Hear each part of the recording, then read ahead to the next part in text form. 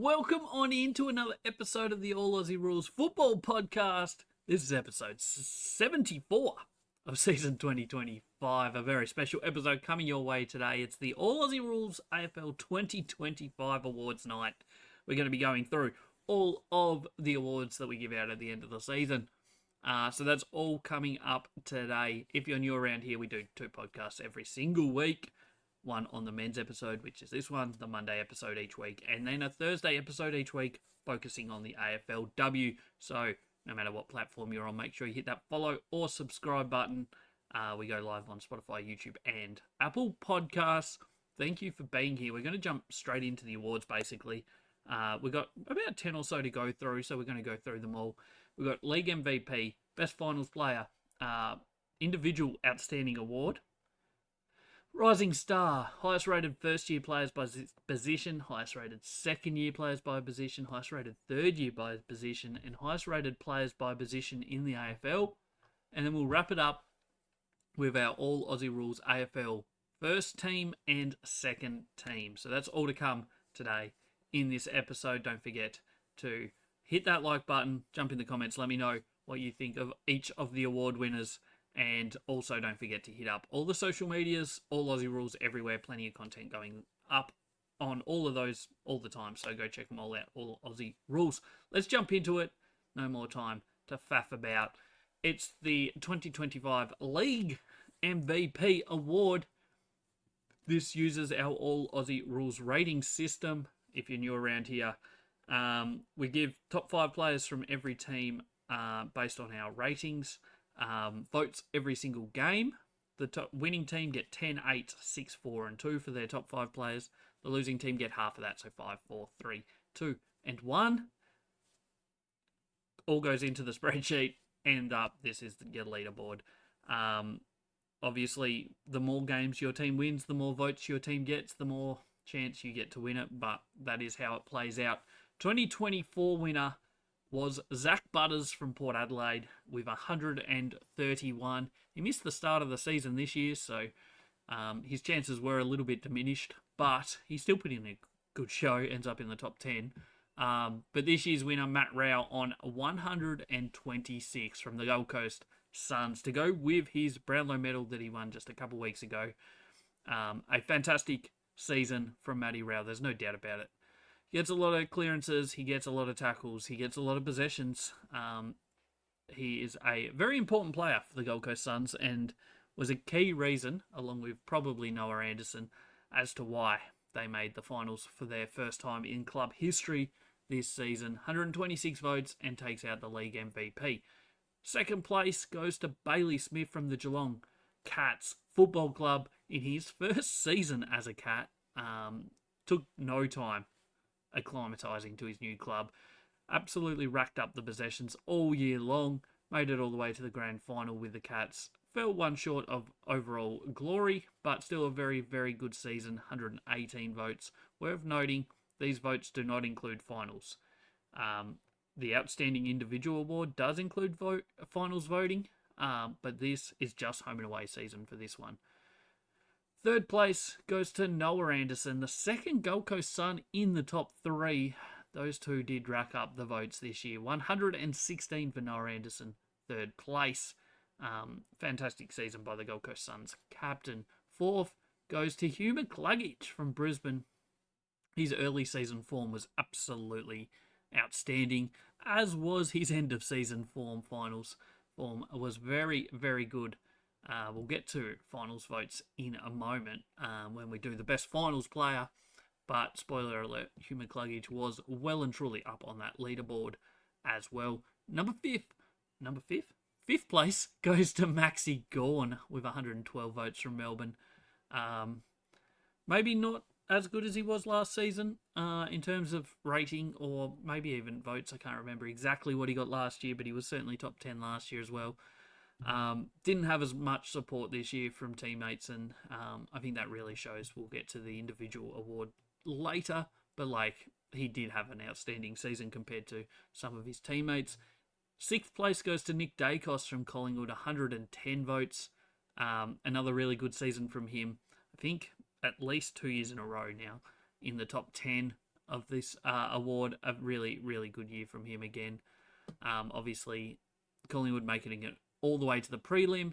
7th place goes to Caleb Sarong and Zach Butters, a joint 7th place, 104 votes. Sarong, obviously, Fremantle Dockers inside mid that gets a lot of football. He's a barometer to their success at many points, is old Caleb Sarong. Don't know why I said old, he's not that old. And Zach Butters, as we said, last year's winner of this award. A fantastic season from him, missed the first few games, pretty much ruled him out of much chance of this award, but still, he came straight into the team and was fantastic all the way through. He's an absolute gun. You know what you're going to get from Zachy Butters, and that is an absolute contest. And he finishes equals 7th. 9th place goes to Jordan Dawson from the Adelaide Football Club. He had a really good year.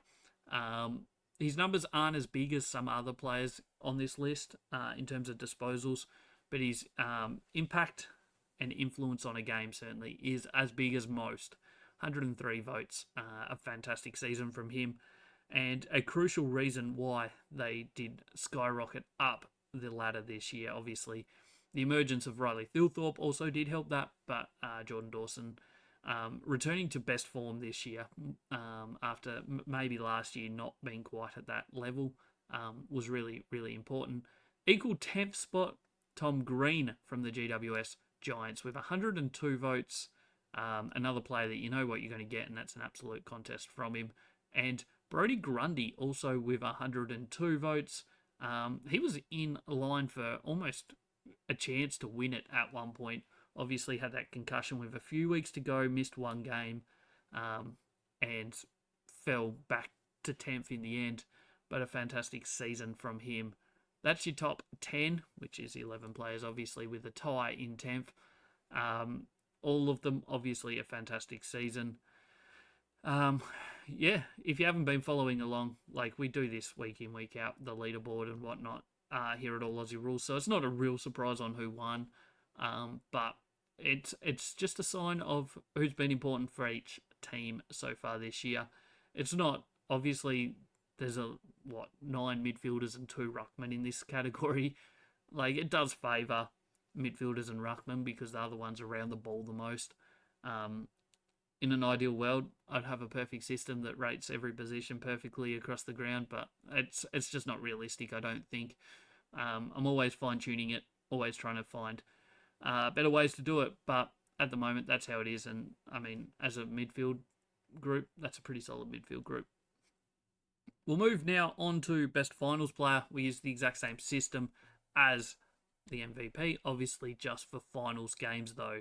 Last year's winner, 2024 winner, was Hugh McCluggage with 22 votes, and he nearly went back to back. Just missed out. Will Ashcroft this year nudges him out with 24 votes. Hugh McCluggage, for the second year in a row, gets 22 votes, this time finishing second.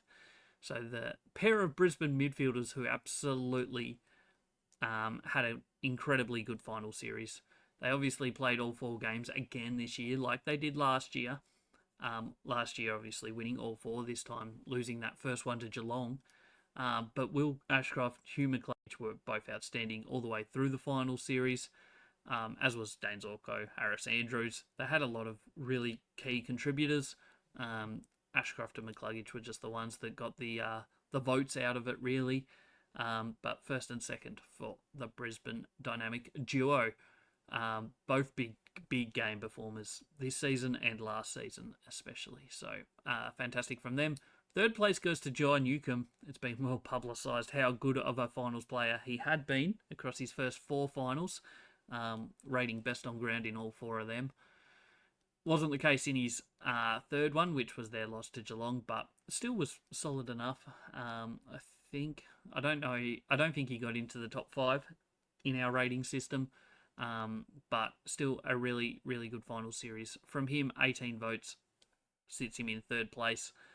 Fourth goes to Lloyd Meek, another Hawthorn Hawk, who had another solid final series. There's no doubt about it. He's putting in some good numbers. Suggests that he is capable of being a top 5 ruckman in the league. I think right now in our rating system he's 6th or 7th in ruck as a position, which is a fantastic effort. I could see him being capable of being a top 4 ruckman, depending on what the landscape of ruck looks like next year. Obviously, there's some rule changes, but also some movement in ruck position, players changing clubs. It'll be interesting to see how that plays out. Equal fifth, we have a three-way tie. Nick Dacos, who got a perfect 15 votes for Collingwood, obviously 10 votes in their win against Adelaide, as well as 5 votes in their loss to Brisbane. They only played the 2 finals.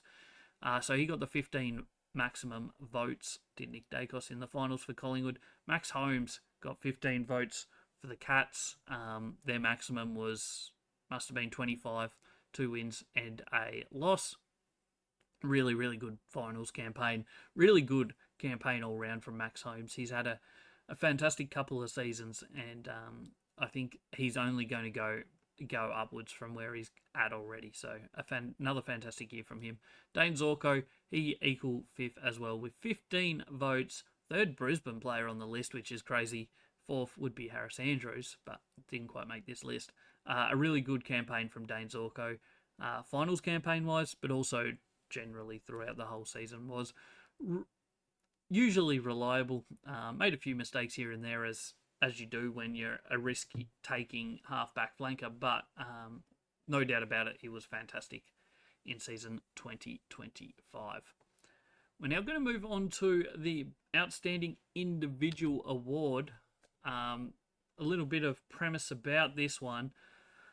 So this uses the MVP voting that we've used for the previous 2 awards, including finals. So finals matches are included, and it works out the percentage that the player earned out of the maximum that they could have earned from their club's wins and losses. So obviously, the more wins you get, the more votes your team can get. So it equals the playing field in a way of determining who was most important to their club. Last year's winner in 2024 was Nick Dacos at 69.17% of his team's votes. This year's winner, Maxi Gawn, with 74.67% of the Melbourne Demons votes. Absolutely incredible season from Maxi Gawn in terms of that. He did show up in the votes for his club more often than not. A really, really high percentage. I've just noticed a spelling mistake on Brodie Grundy's name. He's definitely Brodie Grundy and not Brodie Grundy. So apologies for that. Zach Butters, as we said, he missed the first couple games, but 65% is an outstanding effort from him. A really, really good season. Tristan Cherry also 64.91%. He also missed a few games through suspension late in the season. So another player that really, really did get a lot of votes based on his team's performance. You will see a lot more players that missed finals in this category for obvious reasons. As you can see, those top 3 all didn't make finals. There's also another 2 on the list that didn't.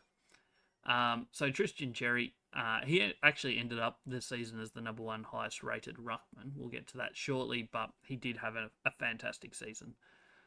Throughout, Matty Rowell, as we've already said, he was the league MVP. Brownlow winner, he had a fantastic year, 63.9%. Noel Anderson gets 61.46% for the season. So he was 5th highest percentage in the AFL this year. Nishaya Wanganeen-Malira, his season end to his season was absolutely dominant for St Kilda. 60% in the end. A really, really good season from him. He's only going to get better and better as he moves more to a full-time midfield role. Obviously, the whole back half of the year, he was pretty much full-time mid, whereas early season, more of a general defender. But a full season inside mid, the team at St Kilda is changing a lot in this off-season, so it'll be interesting to see how that plays out. But a fantastic season from him. Number 7 is last year's winner, Nick Dacos, with 59.52%, so down 10% roughly on last year. I don't think there was as much pressure on him to be the lone wolf this year. After last year, they had a lot of injury concerns. This year, he got a bit more support, and the results showed that. Obviously, making it to the prelim this year after not playing finals the year before. Brodie Grundy Had his best season in a while, 58.29%.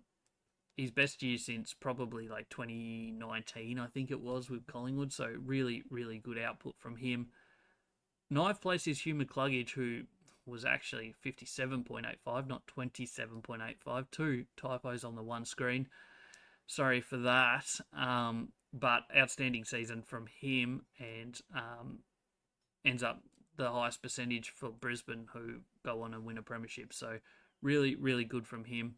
And Bailey Smith at 56%. He also missed some football throughout the season, missed 2 or 3 games. So to still end up with 56% is a pretty good effort from him as well. Next up, we've got the Rising Star Award. And I would just want to premise this by, this is not who I actually think should have won the award. I 100% agree with the AFL, the voters, and most of the public that think Murphy Reid should have got the Rising Star. I'm 100% on that bandwagon. Unfortunately, the current rating system is not great for general forwards. And because of that, Murphy Reid did not win this award on our thing, but that is okay. We can to debate that on another day. This is how it ends up. So what I've done for this voting system, we posted every week on the Instagram the 5 highest rated Rising Star eligible players each week. So the highest rated got 5 each week, 4 for the second, 3 for third, 2 for fourth, 1 for fifth. And this is how it shaped up. Archie Roberts ends up with 38 votes and top of the leaderboard, followed by Daniel Curtin with 24 votes throughout the season from the Adelaide Crows. Really got going in that middle part of the season on the wing. Harvey Langford, another wingman for the Melbourne Demons. He was the highest rated first year player, because and most votes from a first year player, because obviously Archie Roberts and Daniel Curtin both in their second season of playing games. So fantastic effort from Harvey Langford. Levi Ashcroft from the Brisbane Lions with 20 votes, following in his brother's footsteps at just stepping in and finding it at comfortable enough at AFL level. Gets 4th. Hugo Garcia, the surprise pack probably, gets 17. And then, I haven't got it on the screen, but then there's a 4-way tie for next, which was Connor O'Sullivan from Geelong, Murphy Reid from Fremantle, Tyler Dewar from West Coast Eagles, and I missed one there. Sammy Lawler from the Richmond Tigers. The number 1 draft pick, obviously, did miss most of the season. I think he played 11 or 12 games off the top of my head, but had a really good impact in those games and would have been right up there if he had have stayed injury-free, but wasn't to be. But I have high hopes that we'll see a lot from Sammy Lawler. I think we'll see a lot from Harvey Langford. I have high hopes on that one as well. Levi Ashcroft, we obviously all expect big things from him to follow in his brother's footsteps. There was talk that he's better than his brother, so we'll see how that plays out. Connor O'Sullivan from Geelong has looked outstanding. Murphy Reid, massive hopes from him. Obviously, he won the Rising Star, 100% deserved it. He was really good. I think Kako will get better with games as well. You got to think. He had a really, really tough campaign being a small forward in a team that really struggled to get the ball forward at times and really struggled to have much impact. So I think we'll see him only get better from here. Xavier Lindsay showed some good signs. Nate Caddy's in there. There's a lot of good players, in my opinion, in this Rising Star eligible players. I know a lot of people won't agree, but Archie Roberts came on top from Daniel Curtin, Harvey Langford. But I will stipulate that if I was just to go based on what I've watched this year, which is every single game, I would be giving it to Murphy Reid, who is my favourite player as well from the draft class last year. So that's everything for the Rising Star Award. We're now going to move into the highest rated players by position by the year that they came in to AFL. So, first year players, highest rated 2025. So, just a little side note on first year and the next couple ones, which will be second and third year. This is since their debut. So, if they were on a list for 3 years and didn't debut, those years don't count in this. I know there's pre-seasons and it's what it is, but this is how I've done it since the inception of All Aussie Rules. It's how I'm going to continue doing it. There's no perfect system. It's just the first year you play games, that is counted as your first year, and then every year after that it counts. Whether you play games years after that or not, doesn't matter. It's just years since your debut. So highest rated first year players by position, starting as a general defender. Mid-season draft pick Tommy McCarthy came into this West Coast lineup and just fit in so comfortably. Ends up playing pretty much every game after being drafted mid-season. Ends up rating a 53.73. Absolutely fantastic start to his AFL career. You can guarantee he's going to be playing on next year, and he will be a key part of this West Coast lineup, I think, for the next few years as they try to get their way out of the doldrums of bottom spot this year with one win. He was one positive sign of not many, so I think he's not a world beater, don't get me wrong, but for someone from a mid-season draft perspective that's been overlooked before, a really, really fantastic first season from him. Highest rated key defender was Sandy Brock from West Coast, another West Coast Eagle. Not a high rating here, a 37.07. Showed some really good signs. There's not a huge amount of key defenders that are first year players, so I mean there's not a heap of competition in here. But still, I think we've seen some good signs from him. Worth noting also while I'm at it here, that if they do not play at least 5 games of 50% game time or more, their rating doesn't count. So that's the way that I've done it for all our rating systems, our ranking systems. They obviously count for their career numbers and all that sort of stuff, but in terms of winning awards and being the highest rated player, those are kind of discounted, if that makes sense. General forward Maxi Hall. He's too old to win the Rising Star Award, but he rated a 47.94 for St Kilda. He had a really good season. I think we saw enough good signs from him that he'll keep getting games and hopefully be a positive influence for the St Kilda lineup in years to come. That obviously is changing quite a bit over this off-season. Another mid-season draft pick, this time for the Essendon Bombers. It's Archer May. Obviously, not a massive rating there. Key forwards are always going to take a little bit longer to develop, but as we go over the next couple seasons, we'll see some higher ratings in this key forward position. But he showed some signs. We'll see where that develops into. I don't think, from what we've seen so far, that there's any standout key forwards in this draft class, first year players this year, but we'll see if that changes going into their second year.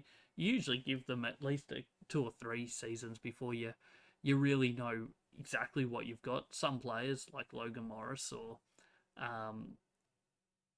I guess to a different extent Jeremy Cameron, you find out a lot earlier, but generally with your tools you tend to wait and expect to wait an extra year or 2 before you really know what you've got.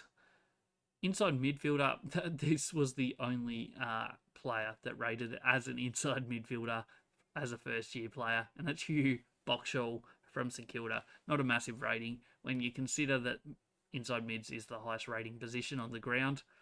Yeah, not a huge rating. There's just nobody else that really played inside mid more than any other position, is basically how it comes out.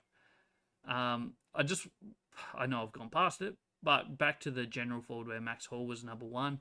Murphy Reid was next, and as of obviously eligible players for the Rising Star, Murphy Reid was clearly number 1 ahead of Sam Lawler, but obviously Max Hall wasn't eligible. He's a bit older, bit of a mature aged recruit he was.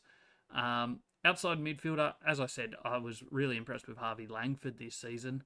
A 45.89 is basically the highest of those that was eligible for the Rising Star. He had a really, really good season, and I was most impressed with his finishing ability and his composure.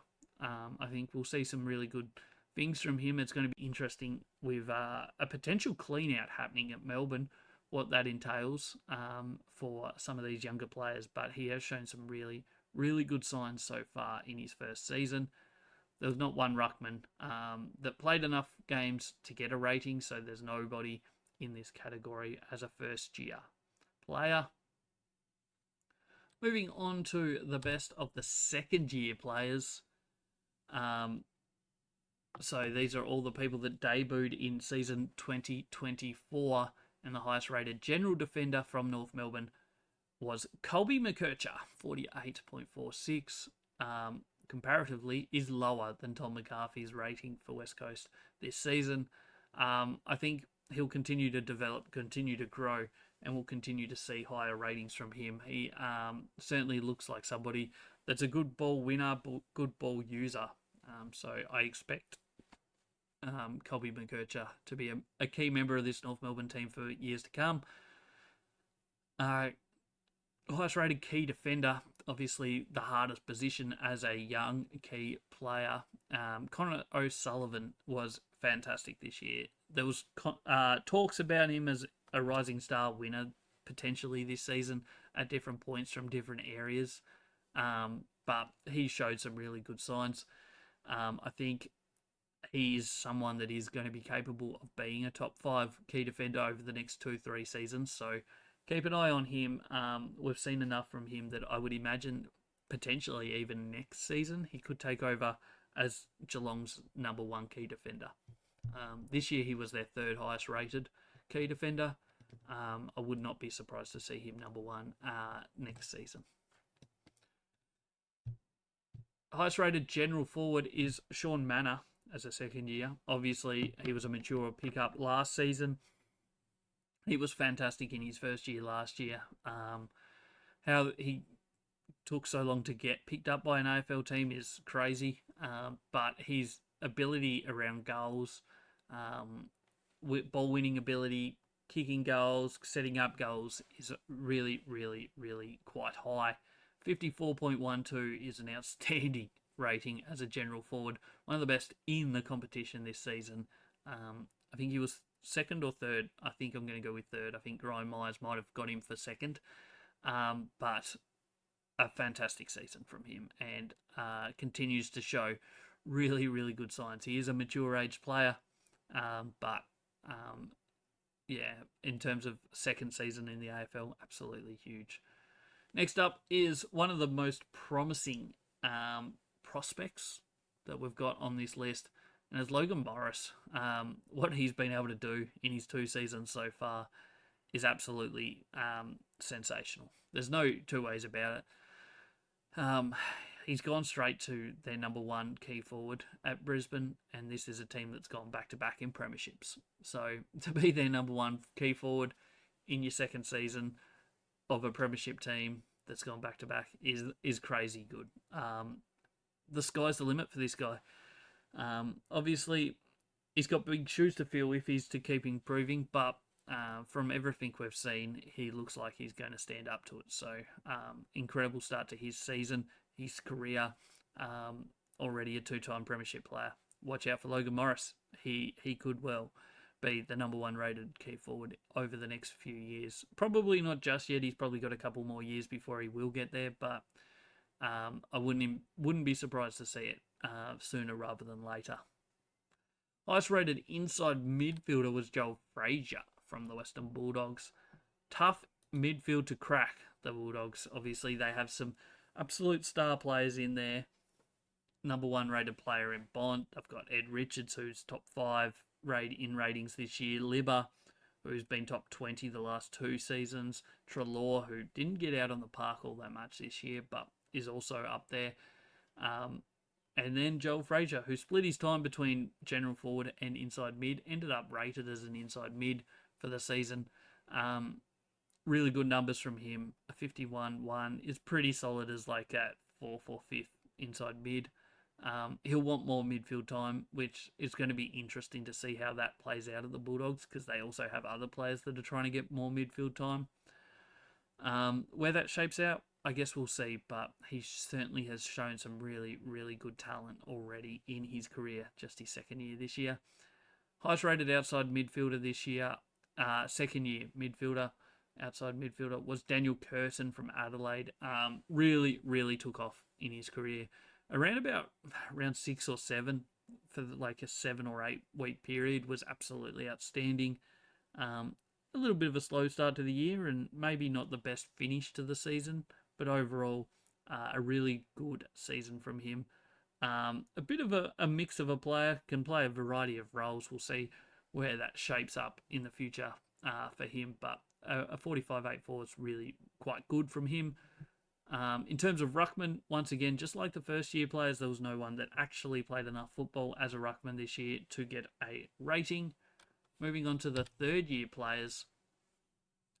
And no surprise that there's a couple more premiership players in this list. Brisbane Lions dominating the second and third year players, and Geelong also had a couple in the second year players. So no surprise that those teams are doing well. And consistently they're doing well each year at getting good players in. Jasper Fletcher from the Brisbane Lions was the highest rated general defender, third year player. Fantastic year. He's almost cream icing on the top game was that grand final. He was absolutely sensational in that game. If he keeps to develop like this, he'll just take over that Dane Zorko role perfectly. And Brisbane Lions are set for another 10, 15 years. Crazy to think, but he's shown some really, really good signs already. He was the highest rated third year general defender. Tyler Young from the Richmond Tigers was the highest rated key defender in season 2025 as a third year player. Another one that we've seen some good signs from, obviously Richmond backline at times this year was heavily under the pump. So not always ideal. It does help the ratings though when the ball's down that end so much, but a really solid season from him, and I think we'll see him to continue to develop over the next couple of years. Corey Warner from Sydney, not high rating when you consider the second year highest rated general forward was Sean Manor with a 54. There was at least 4 first year general forwards that rated higher than Corey Warner, probably more like 6 or 7. Suggests that third year general forwards, there just was none this year. So in this class, it is what it is. A pretty low rating. I wouldn't be taking that to the bank for Corey Warner. No offense to him, but from what we've seen so far, it's a pretty low rating.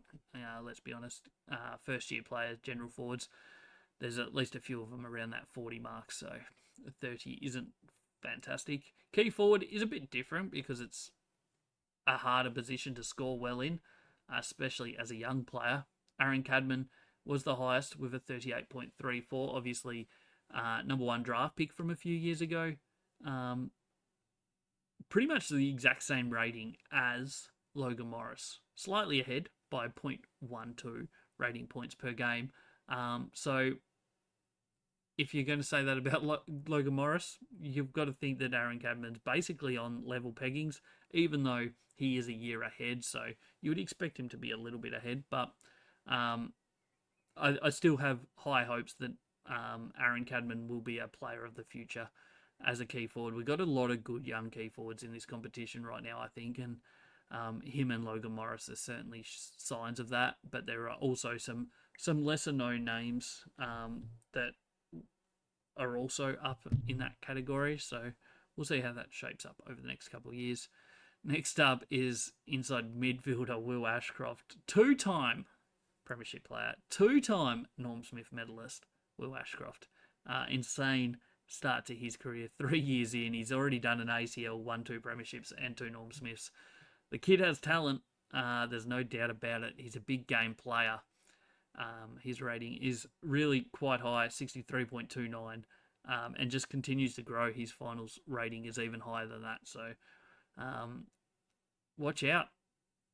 he's in one of the best midfields in the competition, and he's holding his own. So another fantastic season from him, and he is an absolute gun.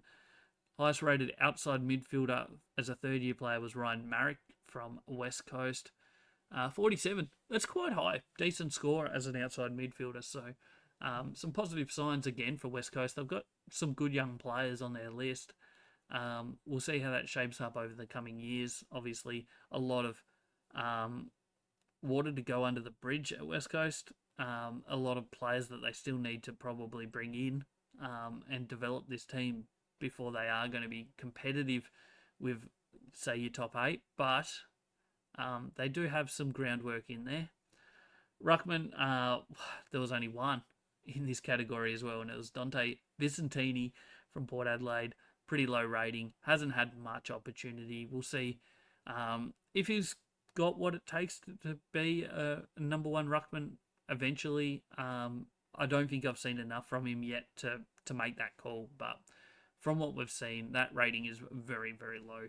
Typically, your ruckman is scoring a very similar rating to your inside midfielders based in our rating system. So a bit of work to do, but he hasn't had much opportunity this season.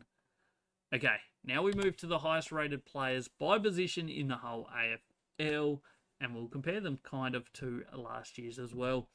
Starting off in general defenders, it's Nashaya Wanganeen-Malira. Yes, I know he played a lot of midfield time. He's still rated as a general defender, slightly ahead of his inside midfield time across the year. A 72.51, way out in front of all general defenders. Last year was Sam Flanders number 1, so he's slightly ahead of that. Fantastic year from him. There's not much this guy can't do, and he's going to be an absolute freak for years to come, you would think. Staying on the St Kilda bandwagon, Cal Wilkie was the highest rated key defender this season. 53.66, which is well down on what the top players in the key defence post were doing last season. Jeremy McGovern was about a 65, I think. So a little bit down this year, key defenders in the rating system, but we'll see how that plays out in the long term.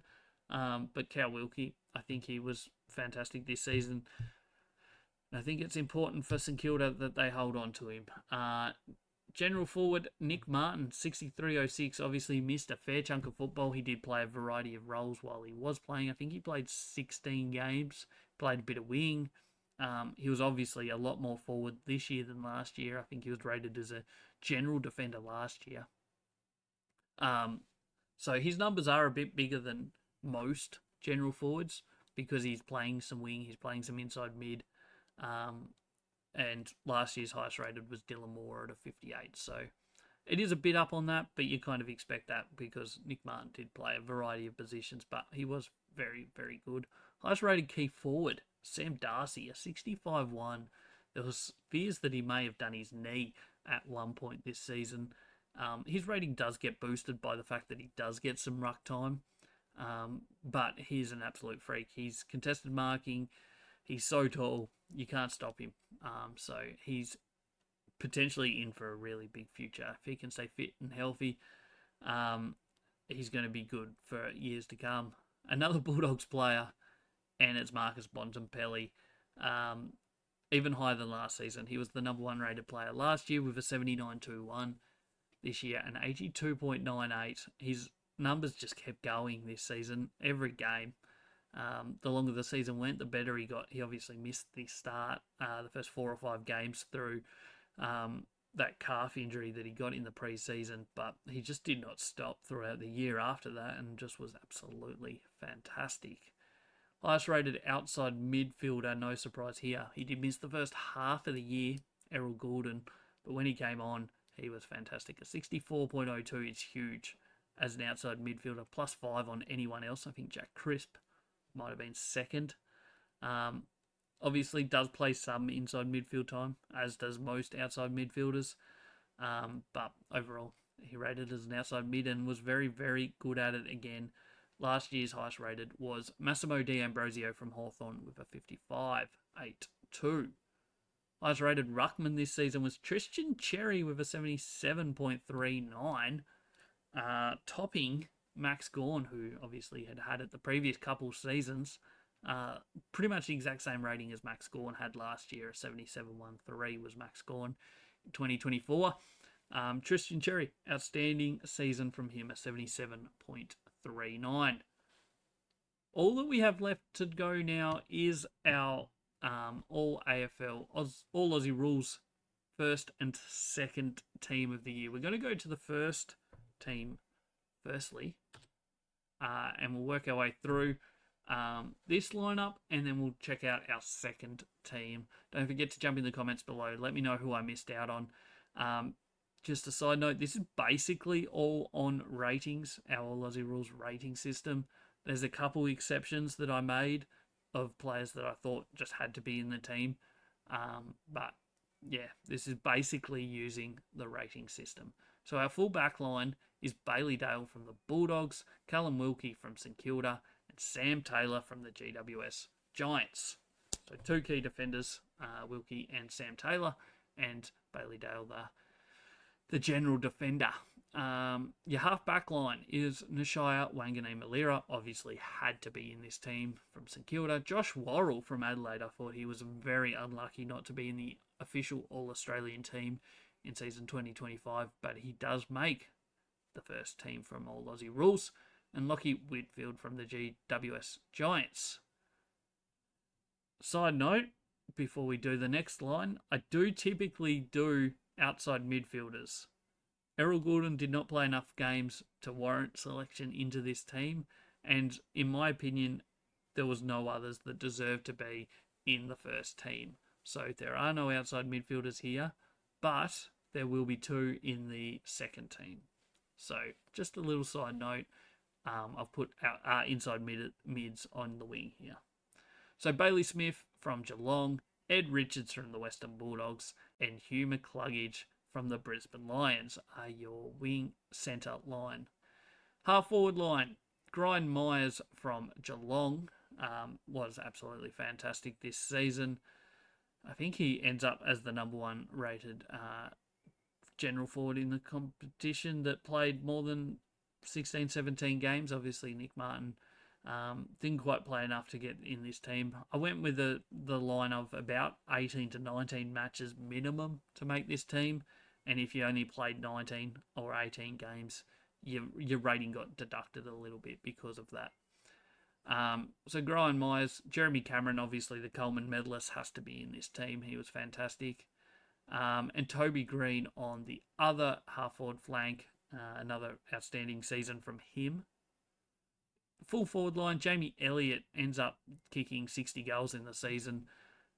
Career best year from him. He deserves a spot in this team. Riley Thilthorpe, as I think the third or fourth highest rated forward in the competition this year, was really, really good.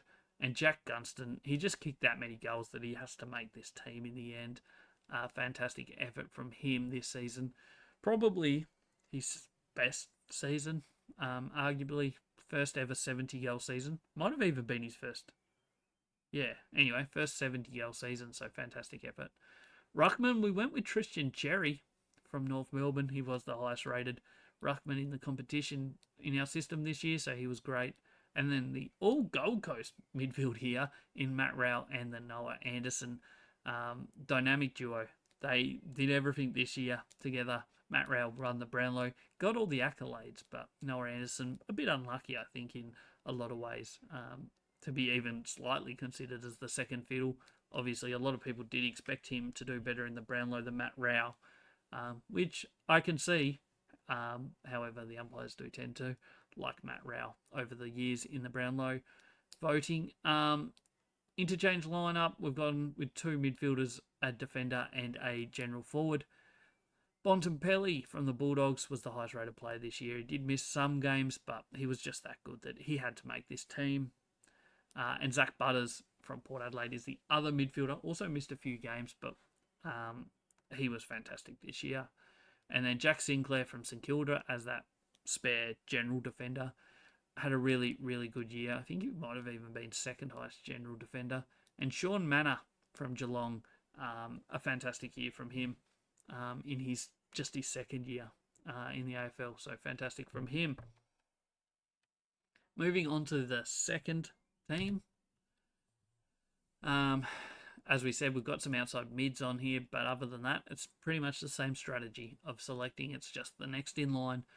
Your fullback line is James Sicily from Hawthorn, Harris Andrews from Brisbane, and Nick Blakey from Sydney. Half-back line of Lockie Ash from the Giants, Jeremy Howe from Collingwood, and Dane Zorko from Brisbane. Obviously, Zorko was All-Australian, but I think he probably deserved it. But under the ratings, he didn't quite make it. Your midfield line, obviously, the two wings are Jack Crisp from Collingwood and Zach Bailey from Brisbane. I think they are the two best wingmen outside of Errol Gordon, who didn't play much football. And in the middle, Tom Green from the GWS Giants. Half-forward line, Dylan Moore from Hawthorn, Sam Darcy from the Bulldogs, who was the highest rated key forward but did miss 5 or 6 weeks throughout the season. And Ben Keys from Adelaide had a really good year. Full forward line, Josh Tracy from Fremantle. We had high hopes that he would maybe do a little bit better this season, but he was still very, very good. Aaron Norton from the Bulldogs, who certainly from about round 12 onwards really took a step forward in his form. He was absolutely outstanding. And Paddy Dangerfield, who did play a fair bit of midfield time, but was very good as well as a forward. Our ruck lineup is Max Gawn in the ruck, second highest rated ruckman this year. Another fantastic year from him. Nick Dacos from Collingwood, and Isaac Heaney from Sydney. This is a very, very good second team, let's be completely honest. It would be a great matchup, second team versus first team. I'd love to see that. Bench for the second team, Andrew Brayshaw from Fremantle, Jordan Dawson from Adelaide, Jordan Clark from Fremantle as your general defender, and Paul Curtis from North Melbourne gets in there as the interchange player as a general forward. So that's the All Aussie Rules second team. That was the first team. I'll probably put them up on my socials at some point. Might make them a little prettier and put up on the socials. But yeah, that's all the awards we have for you today. I hope you enjoyed this episode. There was a bit of talking. There's a lot that we went through. But that's pretty much a wrap on 2025, which is crazy. We're about to move fully into 2026 with trade and free agency first, then the draft, and then we'll start doing crystal balls and predictions and season previews and all of that jazz. So there's plenty of AFL men's content coming up. Make sure you hit that subscribe or follow button if you haven't already. Especially go to the YouTube channel if you're not there already. There's a lot of content there. We do season reviews. We do everything. So go check that out. Social media, All Aussie Rules everywhere. I'm Jay. This was the All Aussie Rules awards night for season 2025. Don't forget to jump in the comments and let me know what you thought of the awards, who should have won, and all of that jazz. But this is another episode wrapped up. We'll be back on Thursday with episode 75, looking at round 9 of the AFLW season 2025. So come back for that, and I will catch yous all on the next one.